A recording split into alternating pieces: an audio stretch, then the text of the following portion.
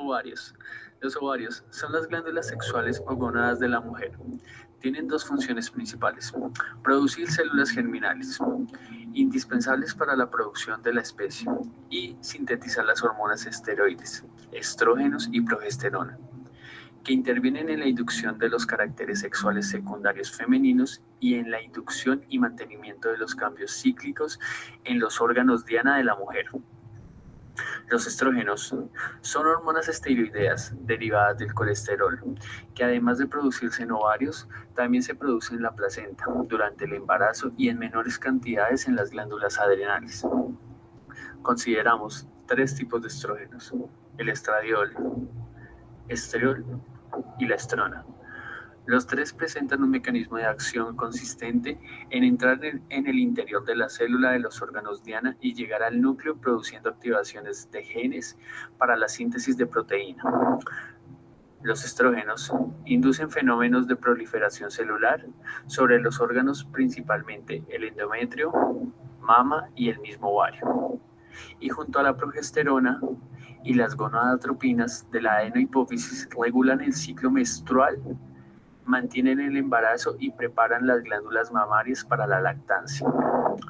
Los ovarios también producen dos hormonas más: la inhibina, que es la hormona proteica que inhibe la FSH, hormona folículo estimulante, y la relaxina, hormona también proteica, produciendo durante el embarazo por los ovarios y la placenta, cuya función consiste en aumentar la flexibilidad y la síntesis del pubis y ayudar a dilatar el cuello uterino durante el trabajo de parto. La progesterona.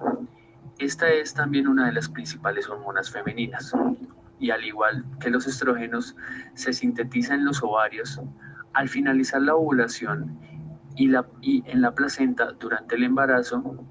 De esta hormona dependen el desarrollo del funcionamiento del útero y los senos mamarios.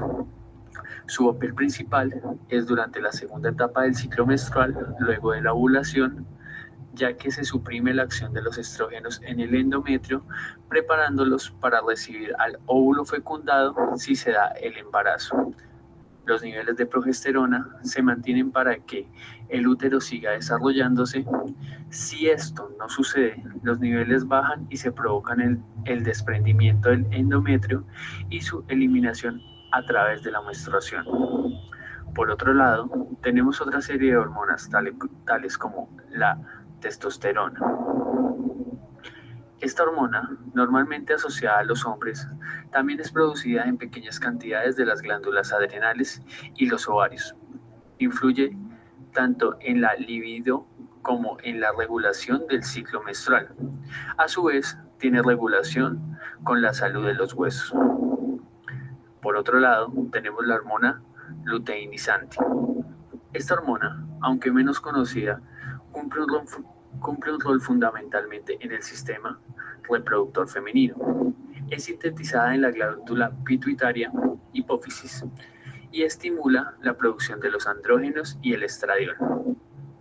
La forma más potente es la forma más potente de los estrógenos, pero una de sus funciones más importantes es que facilita la ovulación al provocar la liberación del óvulo contenido en el folículo. Por otro lado, tenemos la hormona folículo estimulante. Al igual que la hormona luteinizante, la FSH es sintetizada en la hipófisis y cumple un rol fundamentalmente, ya que no solo se encarga de regular el desarrollo y crecimiento del individuo, sino que también participa en la maduración del aparato reproductor femenino antes de la pubertad.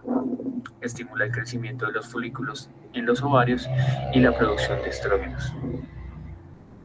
De este modo, la función hormonal y gametogénica o reproductiva del ovario se encuentra bajo la regulación de las gonadotropinas hipofisuarias, la hormona luteinizante y la hormona folicoestimulante, a través de los receptores membranales específicos. La síntesis y la liberación de las gonadotropinas es, por otra parte, dependiente de la hormona liberadora de las gonadotropinas. Las gonadotropinas sintetizan neuronas especializadas localizadas en la porción basal del hipotálamo y es liberada al sistema portal hipotálamo hipofisario en forma intermitente, como pulsos de frecuencia y amplitud que varían a lo largo del ciclo menstrual entre las especies. La gonadotropina ejerce sus efectos a través de receptores acoplados en la proteína G. Ahora, ¿por qué cambia la producción hormonal? En el cuerpo femenino existen cambios naturales en la producción de estas hormonas, ya que lógicamente no necesitamos las mismas funciones corporales durante la infancia, adolescencia, embarazo o vejez. Sin embargo, existen factores externos que pueden provocar una alteración en el comportamiento hormonal. De forma natural, se dan cambios durante las siguientes etapas. La pubertad. En esta etapa es extremadamente definida la producción hormonal, ya que cuando el cuerpo de la mujer comienza a hacer una transformación de niña a mujer, debe prepararse para la reproducción. La producción de LH y FSH aumenta en esta etapa, ya que estas hormonas cumplen la función de estimular las hormonas sexuales femeninas más importantes, principalmente estrógeno, para preparar el cuerpo para los siguientes cambios. Desarrollo de las mamas, crecimiento del vello púbico axilar, crecimiento del desarrollo del organismo, aumento de la grasa corporal, principalmente en los muslos y caderas, maduración de los ovarios, útero y vagina, y comienzo del ciclo menstrual. Por lo que esta etapa podemos observar un aumento de la secreción de estrógeno y progesterona, LH y FSH.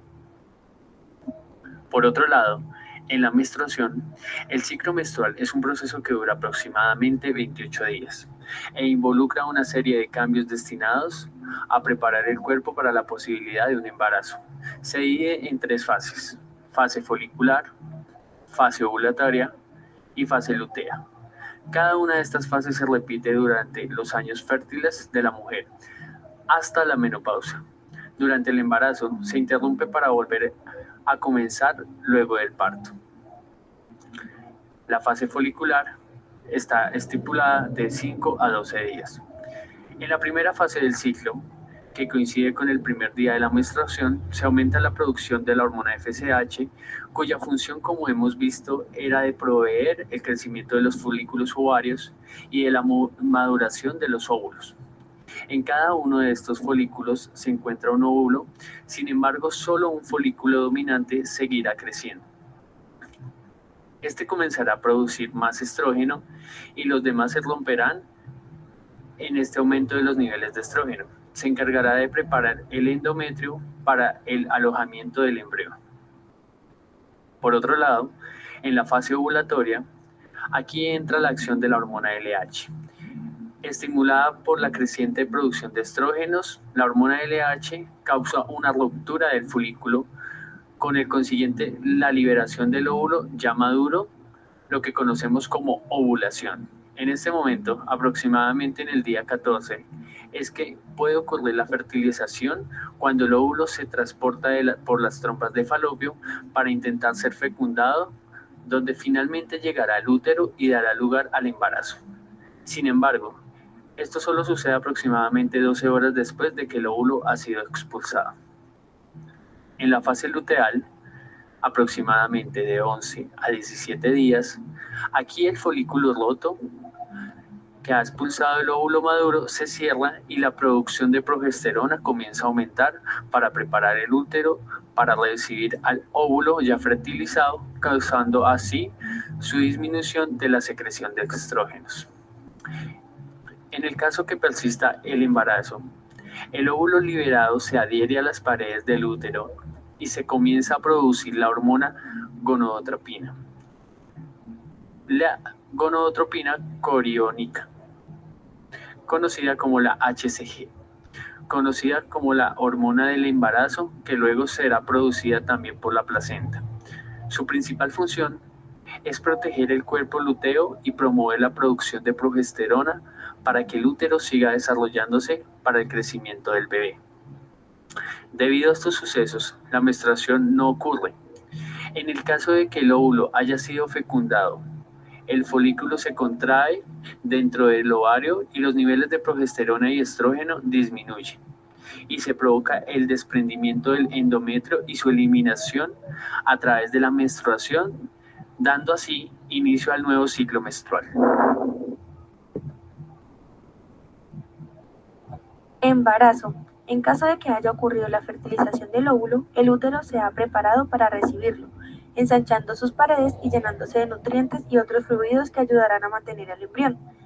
Durante el embarazo se ven afectados muchos de los niveles de las hormonas del cuerpo y varias hormonas desempeñan una función muy importante durante el embarazo. Estas son las siguientes: la hormona gonadotropina coriónica humana, HCG, el lactógeno de la placenta humana, HPL, estrógeno y progesterona. Hormonas clave durante el embarazo. Durante el embarazo, el cuerpo de la mujer experimenta numerosos cambios físicos y fisiológicos que permiten el desarrollo del feto, en los cuales el papel de las hormonas es imprescindible, sobre todo en algunas de ellas, como lo veremos a continuación. Primero, la hormona gonadotropina coriónica humana, HCG. También se conoce como la hormona del embarazo, ya que se segrega en este periodo sintetizándose de forma casi exclusiva por la placenta. La hormona HCG aumenta rápidamente su nivel, nada más produciéndose la implantación del embrión en el útero, y normalmente es detectable en sangre u orina pasados los 8 días tras la fecundación. Por este motivo es la hormona que se detecta en los test de embarazo. Además, se ha señalado como la responsable de las típicas molestias como son las náuseas y los vómitos en este periodo. A partir de la implantación, la hormona HCG irá aumentando de forma exponencial, duplicando sus niveles cada 48 horas. No es hasta aproximadamente la 10ª semana de embarazo cuando el nivel de la HCG se estabiliza y comienza a disminuir poco a poco. Gonadotropina coriónica humana también tiene un papel importante. Desde hace más de 20 años se utiliza como un parámetro en las pruebas que se realizan durante el primer trimestre, que van a ayudar a la determinación del riesgo el feto presente ciertas alteraciones cromosómicas, como es el síndrome de Down, que es uno de los síndromes genéticos más frecuentes durante el embarazo. Esta prueba se conoce como triple staining o cribado del primer trimestre y se realiza combinando la edad de la madre, la medida del pliegue nucal mediante la ecografía y un análisis bioquímico que se realiza precisamente en la subunidad beta libre de la hormona HCG, junto con la PA-PPA. Cuando un feto presenta esta alteración cromosómica, los parámetros están fuera de los rangos normales. En el caso de la HCG se ve aumentada. Ahora hablaremos sobre la proteína A asociada al embarazo. La proteína A asociada al embarazo, o PA-PPA, se sintetiza en la placenta e interactúa con factores de crecimiento que juegan un papel importante en la implantación y crecimiento de la placenta y el feto. Igual en el caso anterior, este parámetro se utiliza dentro del triple staining para establecer el riesgo de las alteraciones cromosómicas en el feto. Continuamos con el lactógeno placentario humano, HPL. Esta hormona también se determina somatotropina coriónica humana y, al igual que la HCG, se sintetizan en la placenta. Tiene una estructura similar a la hormona del crecimiento, por lo que se puede considerar la hormona de crecimiento fetal. Ayuda al crecimiento del feto, alterando el metabolismo de la madre, ya que restringe el aporte de carbohidratos, dejándolos disponibles para el crecimiento fetal. La mayor concentración de esta hormona se da al término de la gestación, por lo que también parece participar en la preparación de tejido mamario de cara a la lactancia. Bien, ahora con la prolactina. La prolactina es una hormona producida por la hipófisis. Ayuda a estimular la producción de leche materna, por lo que los niveles aumentan de 10 a 20 veces durante el embarazo. Tras el nacimiento, los valores se mantienen elevados y, si la madre da pecho, aún más. De lo contrario, los niveles de prolactina se vuelven a los valores normales poco después de dar a luz. Estrógenos. Bien, ahora los estrógenos se encuentran presentes en todas las mujeres y son una de las principales hormonas sexuales femeninas. Normalmente se sintetizan en los ovarios, pero durante el embarazo también se sintetizan en la placenta, Por este motivo, el nivel de estrógenos aumenta durante la gestación. El estradiol es un tipo de estrógeno que tiene funciones relevantes durante el embarazo, ya que ayuda a la maduración ósea del feto y a mejorar el fluido sanguíneo del útero, también en su crecimiento. Los estrógenos también estimulan el crecimiento del pecho para favorecer la producción de leche materna. La progesterona. La progesterona también es una hormona sexual que se sintetiza en cada ovulación. Su función es estimular el engrosamiento de las paredes del útero para que el óvulo fertilizado sea capaz de implantarse. Si no se produce la fecundación, los niveles de progesterona irán disminuyendo al final de cada ciclo menstrual. Sin embargo, se produce la fecundación, los niveles de progesterona se mantienen para que el cigoto, el óvulo fertilizado, se implante correctamente y por lo tanto el embarazo siga su proceso. A partir de la semana 12 aproximadamente, la progesterona también comenzará a segregarse por la placenta. Asimismo, la progesterona ayudará a la inhibición de las contracciones uterinas antes de que sean necesarias.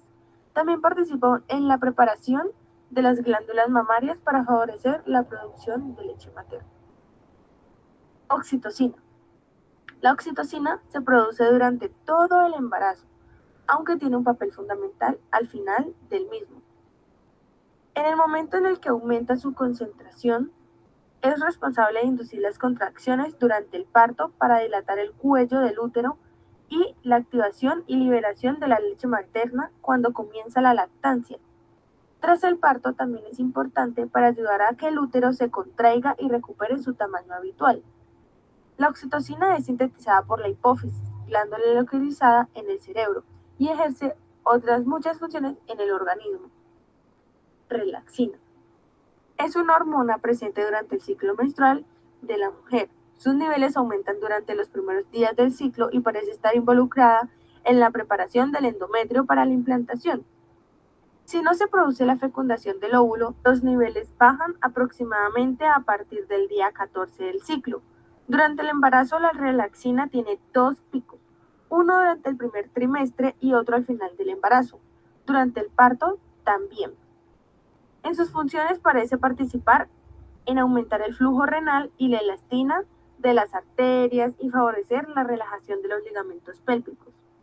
Las hormonas son esenciales para garantizar que la gestación se desarrolle de forma adecuada y conocer sus niveles pueden alertar de posibles complicaciones durante el embarazo. La placenta y su función endocrina. Los cambios endocrinológicos son esenciales para el inicio y el mantenimiento de la gestación, además del correcto crecimiento y desarrollo fetal hasta el momento del alumbramiento, y culminando con la lactancia. Los productos placentarios tienen blancos intrauterinos y extrauterinos, y se ha demostrado que a pesar de no ser un órgano dependiente de los sistemas maternos, puede estar regulado por los ejes hipotálamo pituitario adrenal y el eje hipotalámico pituitario gonadal, teniendo cada célula placentaria una función endocrinológica diferente que varía no solo de célula a célula, sino en los estados de la gestación. Mientras el citotrofoblasto velloso se encarga de la producción de factores reguladores, el sincitio trofoblasto produce péptidos comunes y hormonas tiroideas, y se observa que en los inicios del embarazo factores como el de crecimiento epidérmico se incrementan, mientras que en estadios más avanzados aumentan sustancias como el lactógeno placentario humano o HPL. Los ejes superiores también producen sustancias que afectan el desarrollo placentario. El hipotálamo produce la hormona liberadora de gonadotropina, la pituitaria HCG, HPL, beta endorfina, oxitocina y hormona del crecimiento. Y los ovarios producen progesterona, activinas e inhibinas. Gracias a las señales de la placenta, quien participa además en vías importantes para la producción de hormonas esteroideas, ya que sus enzimas esteroidogénicas no son suficientes para producir por sí solas la cantidad necesaria de dichas hormonas.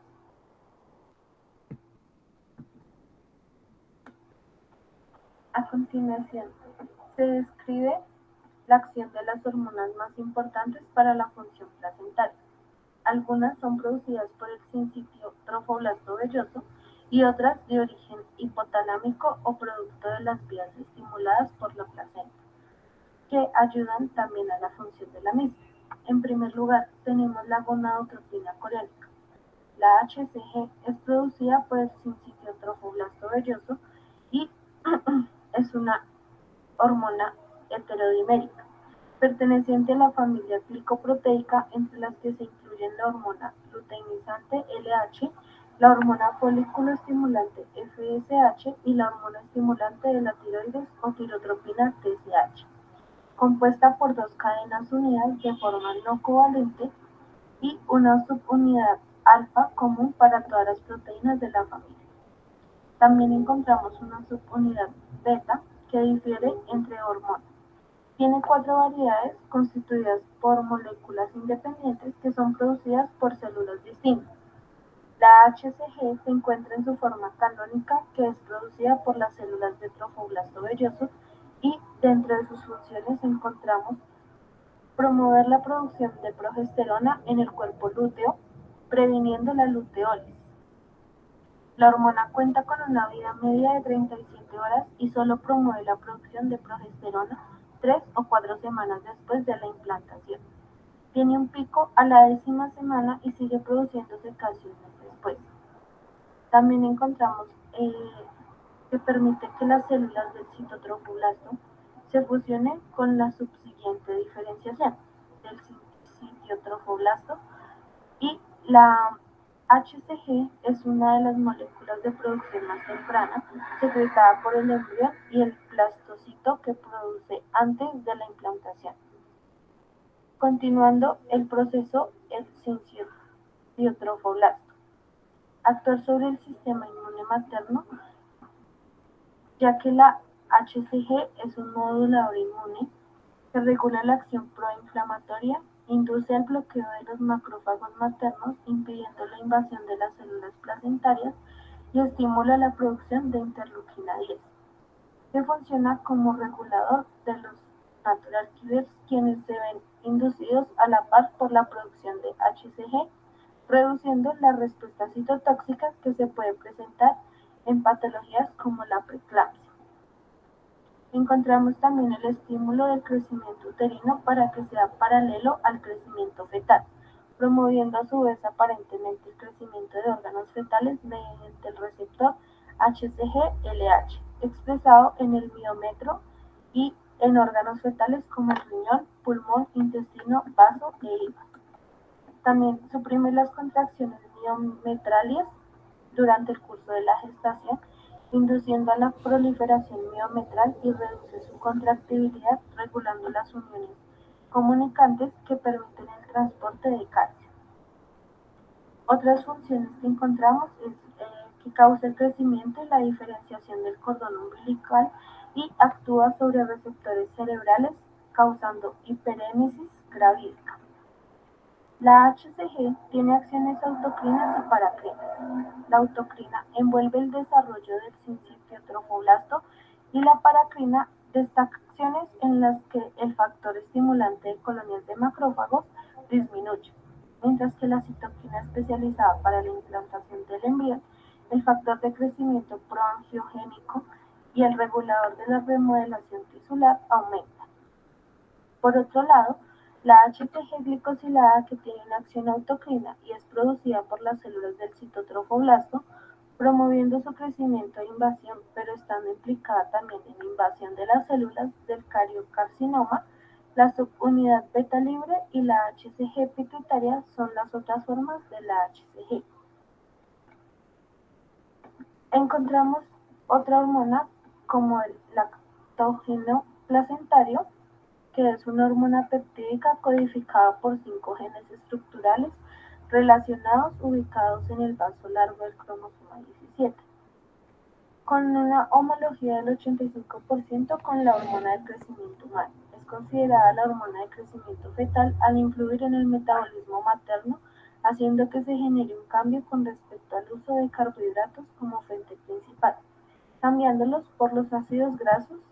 Su pico se da al término de la gestación y la cantidad sintetizada igual a la masa placentaria. Luego encontramos la prolactina, que es secretada por el endometrio deducilado y persiste hasta el término de la gestación, con un pico entre las 20 y 25 semanas. Para que de ahí en adelante los niveles sean bajos, se encuentran dos tipos de prolactina, la pituitaria y la endometrial, las cuales tienen una secuencia de aminoácidos idéntica, pero cuyas funciones biológicas varían radicalmente. La prolactina hipotalámica, producida por la glándula pituitaria, es inhibida por el hipotálamo con un primer órgano blanco no endocrino, lo que hace que tenga un feedback convencional y actúa en la mayoría de las células del cuerpo con más de 85 funciones conocidas. La prolactina se ve aumentada en la fase del proestro, el embarazo y el estrés.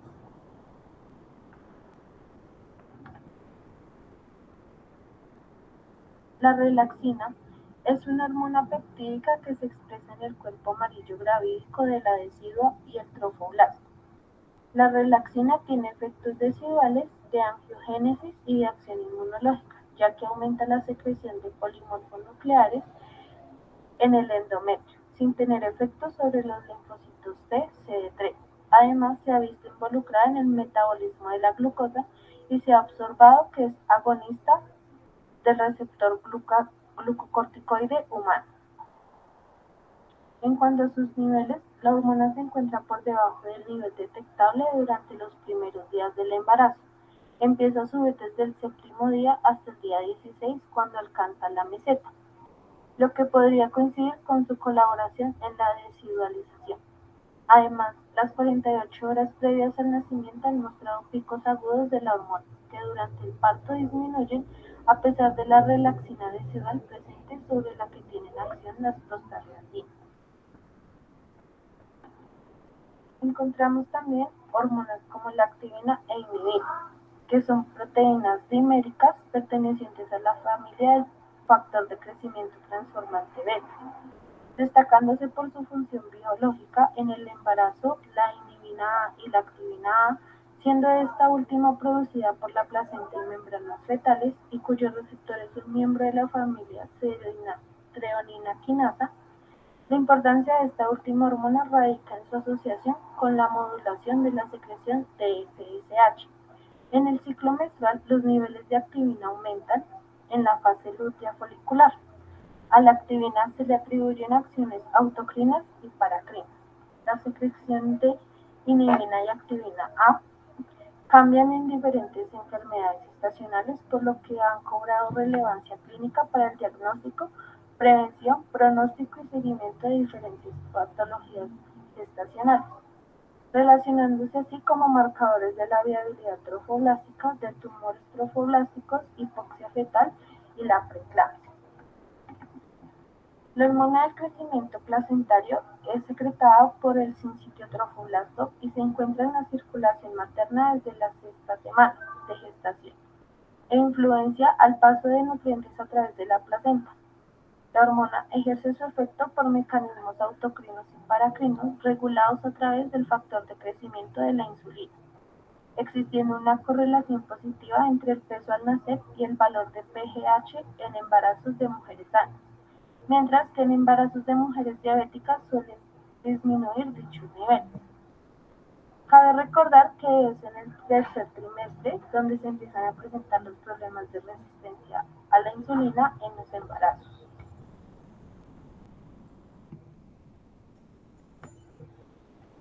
La gonadotropina colínica es una hormona producida durante el embarazo por el embrión en desarrollo, después de la fecundación y posteriormente por el sincitio trofoblasto. Al iniciarse el embarazo, las células que formarán la placenta comienzan a segregar esta hormona en la mujer. Los niveles de GCH aumentan en forma rápida durante el primer trimestre del embarazo.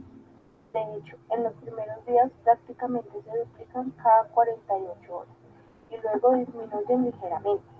Si se detecta que el nivel de GCH no se eleva apropiadamente al inicio del embarazo, puede ser indicio de un problema. Al contrario, un nivel de GCH anormalmente elevado puede suponer problemas como un aborto espontáneo, un embarazo molar o un embarazo ectópico, que es aquel que se produce fuera de la matriz. También tener un nivel extremadamente alto de hormona del embarazo podría sugerir la presencia de más de un feto, es decir, de un embarazo múltiple. En el test casero de embarazo simplemente se indica la presencia o ausencia de un embrión implantado. Al finalizar el embarazo, en el posparto, los niveles hormonales vuelven a cambiar drásticamente para ir acomodándose poco a poco a los niveles normales. Estas variables hormonales son las que llevan a la conocida depresión postparto. La menopausia es la última etapa del ciclo femenino. Desde cerca de los 50 años de edad suele determinarse por la desaparición de la menstruación. Actualmente, suele considerarse que una mujer ha entrado en esta etapa luego de pasar 12 meses sin la menstruación, siempre y cuando tenga la edad adecuada y no se deba a otros problemas. Los cambios de la menopausia comienzan con la perimenopausia, donde la producción hormonal disminuye de forma constante en la progesterona y con fluctuaciones en los estrógenos. La consiguiente disminución de esta hormona, la vagina comienza a estar menos lubricada, el libido disminuye y el ciclo menstrual puede volverse irregular, hasta que finalmente la función de los ovarios termina y la mujer deja de ser fértil. Sucede por atresia de los folículos ováricos y su capacidad de producir estrógenos ante el estímulo de las hormonas foliculoestimulantes y luteinizantes.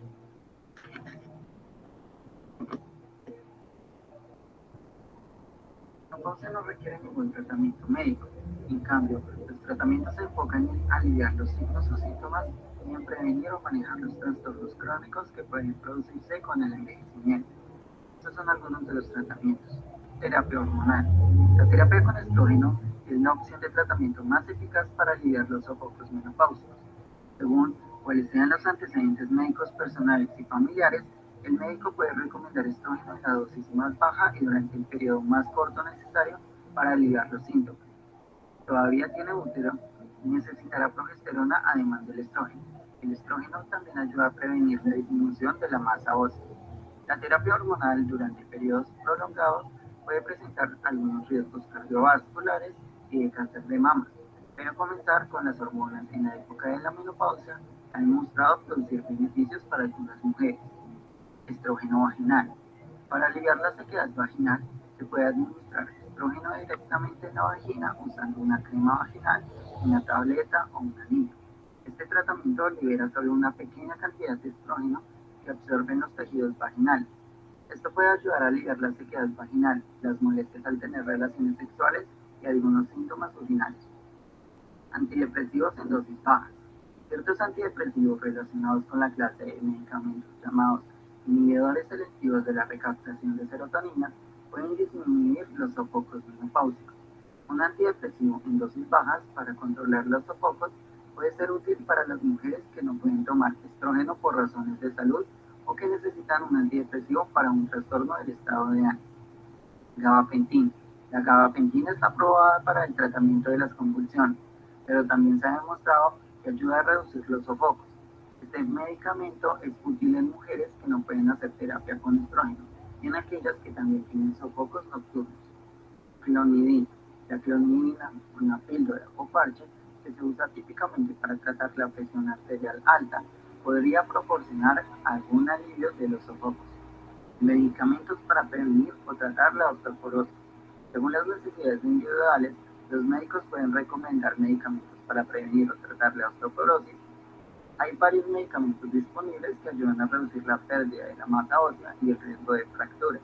El médico puede recetar suplementos de vitamina D para ayudar a fortalecer los huesos. Cambios hormonales. Estos cambios hormonales normales que se dan durante el ciclo de la mujer suelen traer consigo diferentes síntomas según el organismo, la edad, los hábitos y el ambiente. La prueba del progestágeno permite diferenciar si existen o no estrógenos endógenos y pues la respuesta positiva se presenta cuando los estrógenos están presentes independientemente de la causa de la menorrea. La ausencia de sangrado puede observarse en embarazo, defectos anatómicos del tracto genital o deficiencia estrogénica. La administración de estrógenos más progestágenos permite diferenciar el hipoestrogenismo secundario de defectos anatómicos.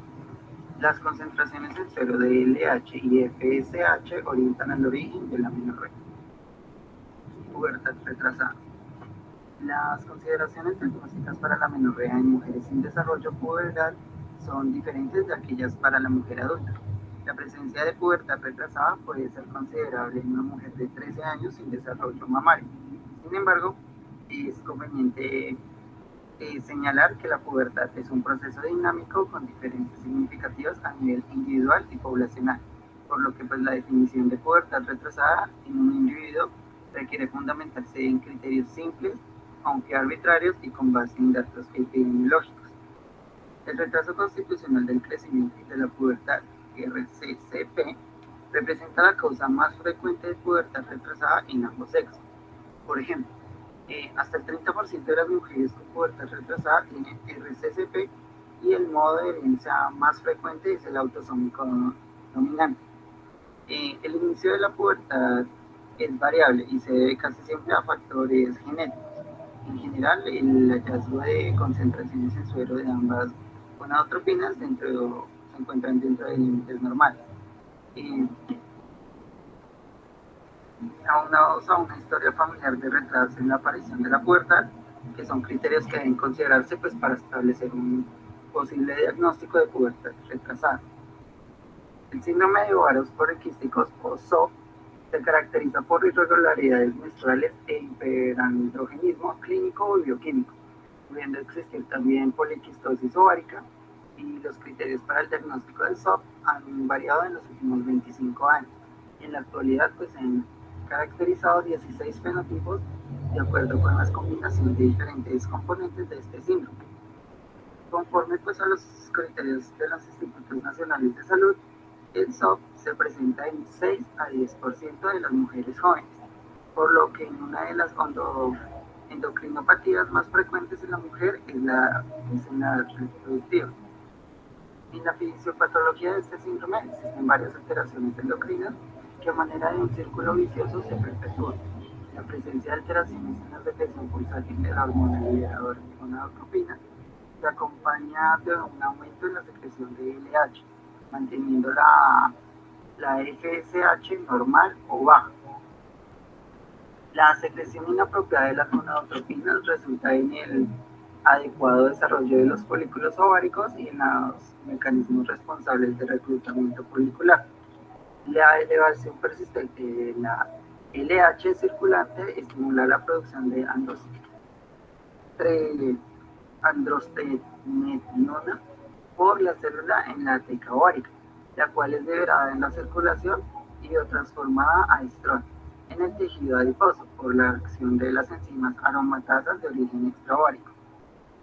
Este fenómeno es responsable en parte de la inhibición de la secreción hipofisaria de la FSH y el aumento de la sensibilidad de los gonadotropos a la hormona liberadora de gonadotropina hipotalámica, que se traduce en un aumento de la LH circulante.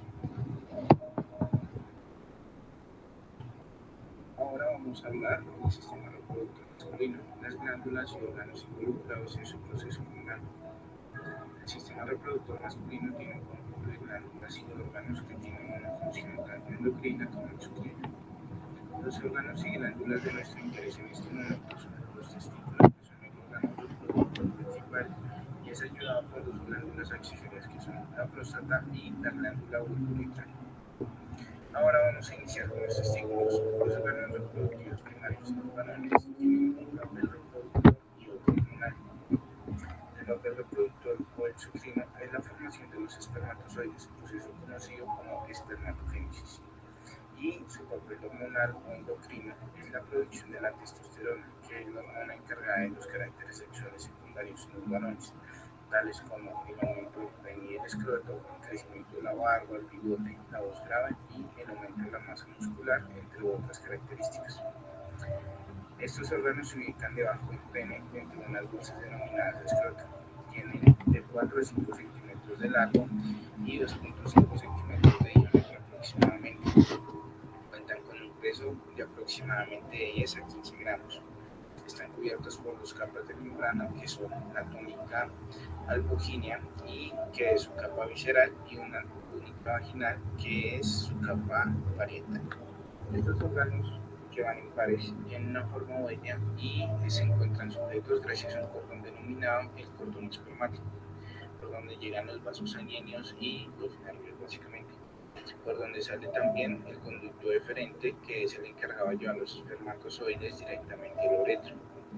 Los espermatozoides se producen dentro de los testículos en unas estructuras tubulares muy finas denominadas los tubos seminíferos. Por detrás de cada testículo se encuentra una formación también en forma de túbulos finos que se encuentran muy enrollados, que son los opidinos. Allí los espermatozoides maduran y se almacenan. Ahora vamos a tener en cuenta en el tejido conjuntivo situado en los espacios que separan los túbulos seminíferos adyacentes hay un grupo de células llamadas las células de Leydig. Estas células son las que secretan la testosterona, el andrógeno más importante, y también hay células de Sertoli que son las que sirven de sostén y aportan nutrientes para otras funciones que aportan dentro del sistema endocrino. Continuando con los órganos accesorios, entonces encontramos la próstata. Esta es la mayor glándula accesoria del sistema reproductor masculino, con un tamaño similar al de una pelota de golf aproximadamente. Se sitúa en la pelvis por debajo de la vejiga urinaria y detrás de la sifis de la pubis y rodea la primera porción del uretro. Por eso es que esta primera parte se le llama la uretra prostática. Crece lentamente desde el nacimiento hasta la pubertad, luego se expande hasta los 30 años y permanece estable hasta los 45 años. A partir de esta edad también puede agrandarse y ocasionar molestias. La uretra prostática y los conductos eyaculadores pasan a través de la próstata dividiéndola en bulbos. Existen de 20 a 30 conductillos prostáticos que desembocan en la pared posterior de la uretra prostática, ya que la mayor parte del tejido glandular se localiza posterior y lateral a la uretra prostática, y por esos conductos se descarga la secreción prostática hacia la uretra y se añade el líquido seminal. El líquido prostático es lechoso y levemente ácido, y pues este líquido contiene ácido cítrico, enzimas proteolíticas y sustancias antibióticas que contribuyen a disminuir el crecimiento de las bacterias en el semen y ayudan en el conducto del aparato reproductor femenino. Continuamos con nuestra siguiente glándula anexa, y estas son las glándulas bulburetrales. Estas son glándulas bulburetrales, son dos y tienen un tamaño aproximado de una alberja. También reciben el nombre de glándulas de Cooper y se encuentran debajo de la próstata posterolaterales en relación a la uretra membranosa. Sus conductos son aproximadamente un diámetro de 2 a 3 centímetros. Se abren en la porción posterior de la uretra esponjosa y durante la excitación sexual secretan un líquido alcalino en el interior de la uretra que protege los espermatozoides, neutralizando la acidez de la uretra, y también ayuda a lubricar el extremo del pene, las paredes de la uretra, y esto ayuda a la disminución del número de espermatozoides que pueden resultar dañados por la eyaculación. Ahora vamos a hablar de la función endocrina de los testículos. Recordemos que la función principal de los testículos es la espermatogénesis, pero también es un órgano endocrino cuyas células de Leydig producen y secretan la hormona de la testosterona, que es un andrógeno y la principal hormona masculina, aunque también se secretan otros andrógenos como la dihidroepiandrosterona o DHA y la androstenediona. También se fabrican pequeñas cantidades de estrógenos. Ahora, la testosterona es principalmente sintetizada en las células de Leydig. El número de células de Leydig es regulado por la hormona luteinizante o LH y la hormona folículo-estimulante o FSH. La cantidad de testosterona producida por las células de Leydig existe bajo el control de la LH, que regula la expresión de la 17-beta hidroxiesteroide deshidrogenasa. La cantidad de testosterona sintetizada es regulada por el hipotálamo hipofisario testicular. Cuando los niveles de testosterona están bajos, la hormona liberadora de gonadotropina es liberada por el hipotálamo, que a su vez estimula la glándula pituitaria a liberar LH. Esta última hormona estimula los testículos para sintetizar la testosterona. Finalmente, los altos niveles de testosterona actúan en el hipotálamo y la pituitaria a través de una realimentación negativa para inhibir la liberación de la GnRH y FSH-LH respectivamente. Ahora tenemos en cuenta que la regulación de la testosterona está sometida a un ciclo circadiano basado en sus estímulos ambientales. De esta manera se produce un pico de concentración de esta hormona a las 8 de la mañana, mientras que su acción más leve y por tanto de menor concentración plasmática se da a las 8 de la noche. En los adultos de edad más avanzada, pese a que el ciclo se mantiene, las concentraciones de testosterona son más bajas y menos homogéneas. Algunas de estas acciones son ofrecidas por la dihidrotestosterona o DHT, derivada de la 5-alfa reductasa de la testosterona en ciertos tejidos. Ahora vamos a hablar de las funciones de la testosterona. La primera función de la testosterona es intervenir en el desarrollo binario del aparato genital externo masculino. La formación genética presente en las células fetales controla el desarrollo gonadal. Las gonadas se desarrollan bajo control genético a partir de la gonada primordial. Inicialmente esta gonada primordial se divide en una parte externa y una parte interna, iguales para ambos sexos. En el hombre, la parte interna dará lugar al testículo y en la mujer es la parte externa la que se desarrolla y da lugar a los ovarios. Una vez formados, los testículos comienzan a producir la testosterona, la cual influye sobre el desarrollo ulterior del aparato reproductor fetal. Para que se desarrolle un aparato genital externo en un hombre, solo se requiere testosterona. En ausencia de la testosterona, se desarrolla el aparato genital externo en la mujer. Es decir, que en la mujer es la ausencia de la testosterona lo que determina los cambios femeninos. Como segunda función, la testosterona mantiene la espermatogénesis, actuando sobre los receptores situados en las células de Sertoli. Vamos a tener en cuenta que la testosterona es incapaz de iniciar la espermatogénesis por sí sola.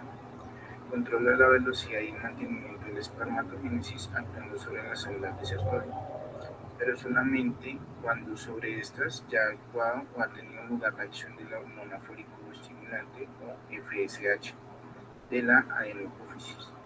Por ello, las células de Sertoli han de ser previamente preparadas para la acción de la FSH de la adenohipófisis. Por último, la testosterona es responsable de las diversas características del sexo masculino, como algunos aspectos del comportamiento, la mayor masa muscular, las modificaciones de la laringe y otros. También del desarrollo de las glándulas accesorias del tracto reproductor masculino. Asimismo, contribuyen al libido o impulso sexual. Los andrógenos son activados en el hígado y los productos resultantes de su degradación son eliminados por la orina.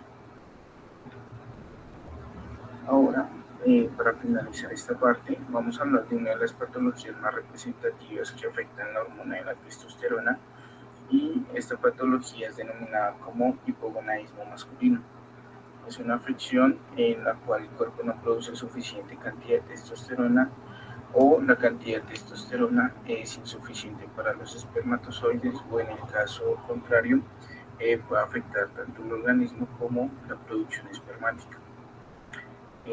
Ahora vemos que una persona puede nacer con hipogonadismo masculino o esta afección se puede presentar más tarde en la vida de la persona.